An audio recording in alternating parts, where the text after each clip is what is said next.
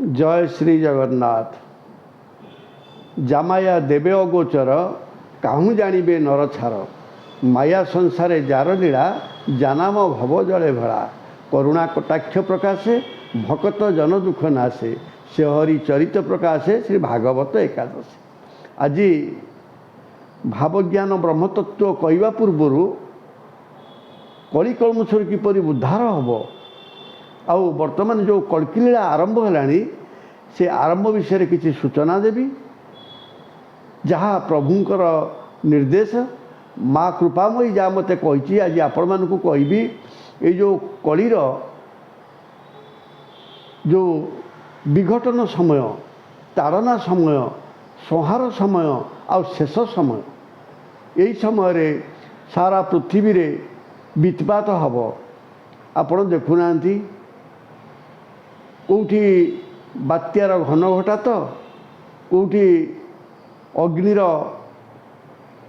स्फुल्लिंग कौटी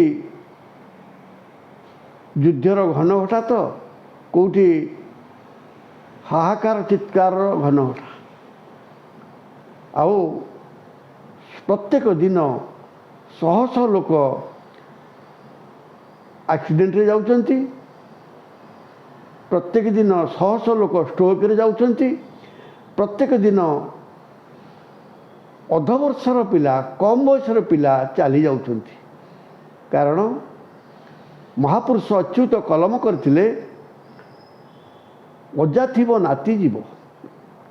तेणु से समयटा आसी पहुँची जाइछि कलिर विलक्षण समय आ सत्यर आगमन समय। तेणु कल्की लीला हम आपण मैंने जदि से लीला रही चाहते ताहले कथा होची आपण मैंने कथा होची जगन्नाथंकर से कृपा पाइबा पाई माँ बागवादिनी सारଳାର कृपा पाइबा पाई माँ शांति प्रदायिनी संतोषीर कृपा पाइबा पाई आ पंचसखांकर मार्ग अनुसरण करिबा पाई मु आपनकु केतोटी मर्मस्पर्शी कथा कहबी। जो मर्मस्पर्शी कथा जदि आपण मैंने कथा होची ताकू धरती जदि बुझंती जदि हृदयगम करती ताहले निश्चिंत उद्धार पाइबे। नहले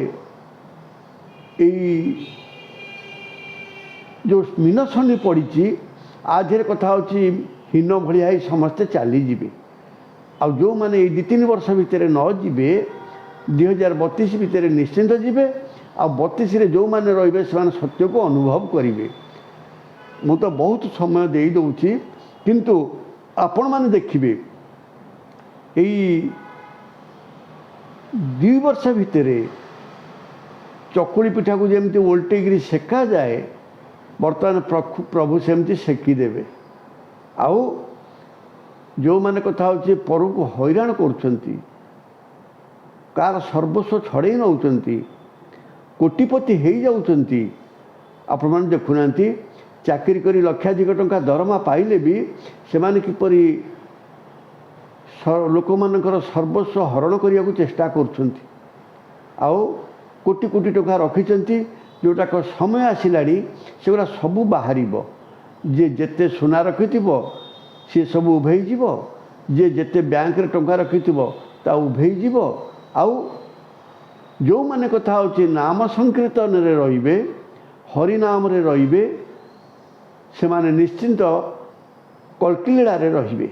कल्की लीला हम प्रभु आसीगले खूब कम समय भितर तार प्रभाव पड़ो आ कौ माने रहिबे जो माने हकारे सकार रस 21,600 ताको अनुधावन करुछंती जोटाक प्रत्येक जीव 21,600 थर जो श्वास प्रश्वास जाऊँगी से जदि से नाम करिवो हरि की चिंता करिवो हरि नाम रे मत हब आउ सकल घटे नारायण को दर्शन करिवो सकल घटे ईश्वर अछंती बोली भाबिवो से निश्चिंत कल्की सहित भेट हब आ कल्की लीला रहिबो आउ नले बहुत चलीजे बाबूरे।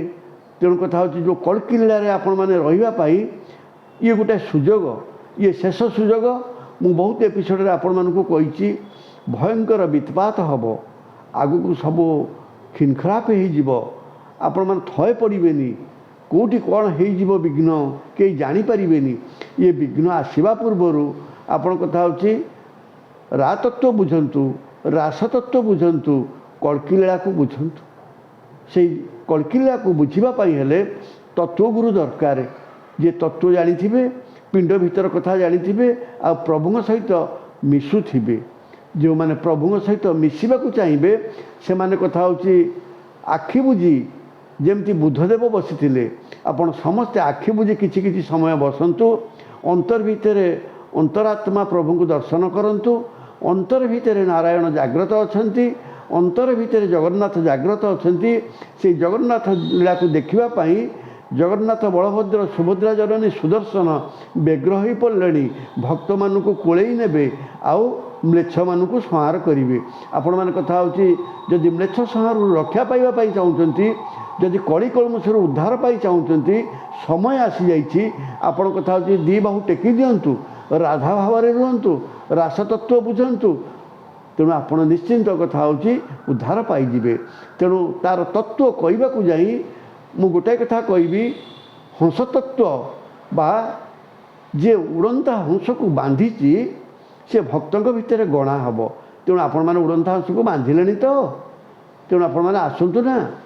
ସନ୍ତୋଷୀ ଶ୍ରୀକ୍ଷେତ୍ର ଭଦ୍ରଳ ଗ୍ରାମରେ ବ୍ରହ୍ମଣାକ୍ଷର ମନ୍ଦିରରେ ଆପଣମାନେ ଅନୁଭବ କରିବେ। କେନ୍ଦ୍ରାପଡ଼ା ଜିଲ୍ଲା ଗର୍ଦ୍ଦପୁର ବ୍ଲକ ପଳସୁଧା ପଞ୍ଚାୟତ ଭଦ୍ରଳ ଗ୍ରାମରେ ଲୀଳା ଆରମ୍ଭ ହୋଇଗଲାଣି। ତେଣୁ କଥା ସାରା ପୃଥିବୀରେ କୋଣେ ଅନୁକୋଣେ ଏମିତି ସବୁ ଲୀଳା ହେବ। ସେ ଲୀଳା ଭିତରେ ଯେଉଁମାନେ ରହିବେ ସେ ସତ୍ୟକୁ ଦାୟଦ ହେବେ ଏବଂ ପ୍ରଭୁଙ୍କର କଳ୍କିଲୀଳାରେ ରହିବେ। ତେଣୁ ଆପଣମାନେ ଆସନ୍ତୁ ନା।